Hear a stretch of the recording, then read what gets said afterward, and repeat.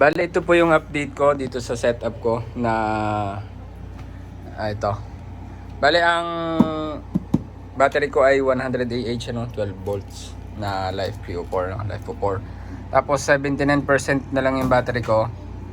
Bale, itong TV lang yung nakasaksak. Ang sabi diyan ay 16 hours pa bago malobat. O almost 17 pa kasi may 57 minutes pa.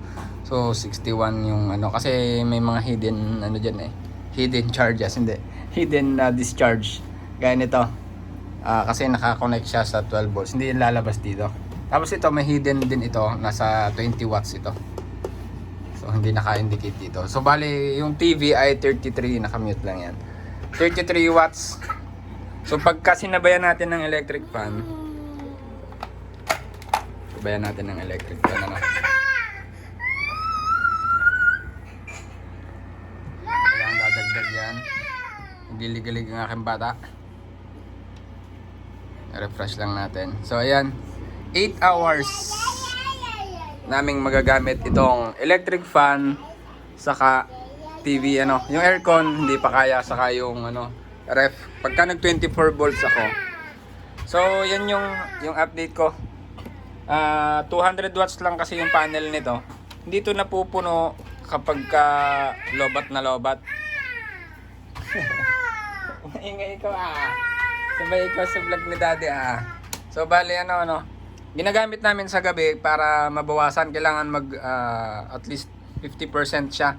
Kasi kapag hindi namin siya ginamit, bukas walang tao dito sa bahay, walang gagamit nung excess. So ang isa pa dito, ang update ko dito, hindi siya nagpo-float. Delikado yung ano, pero ini-stop kasi may BMS to, ini-stop naman niya. Pero ito, syempre iinit ito kasi hindi siya nagpo-float. Tapos ayan, ano, pag pinatay ko yan mamaya, so syempre pag pinatay ko yung TV, electric fan na lang yung matitira. So try natin. Pag pinatay ko yung TV, ayan, refresh ko ulit.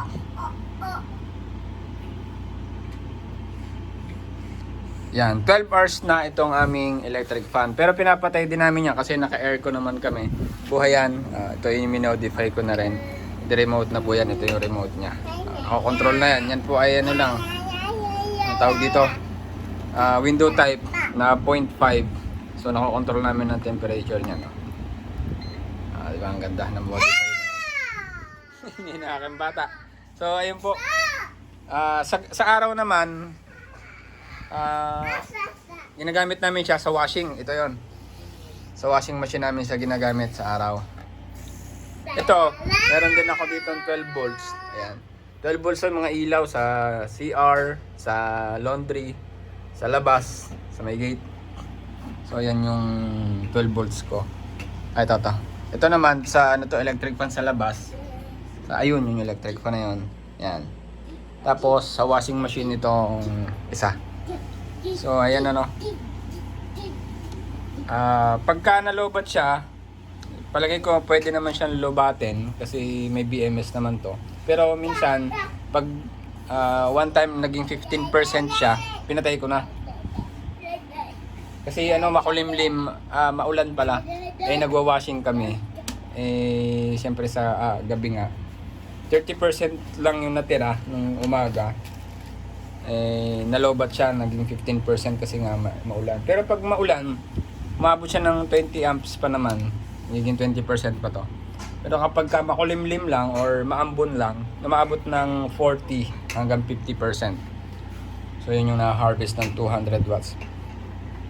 So ito kasi hindi ko 400 watts kasi lalagpas sa ano, may naka-indicate dito na hanggang 300 watts lang, mali yung nabili ko. So wala naman 300 watts na isang buong panel. So yun lang muna ang ginamit ko. Pagka nagdalawa na ako nito at nag 24 volts na ako, kaya na yung ref. Maglalagay ako ng 580 watts na panel, Canadian. So ayun lang muna po yung update. So sa araw ay pang washing at pang electric fan, TV. Sa gabi kailangan yung gamitin kung walang gagamit sa araw kasi walang tao dito sa pag-araw.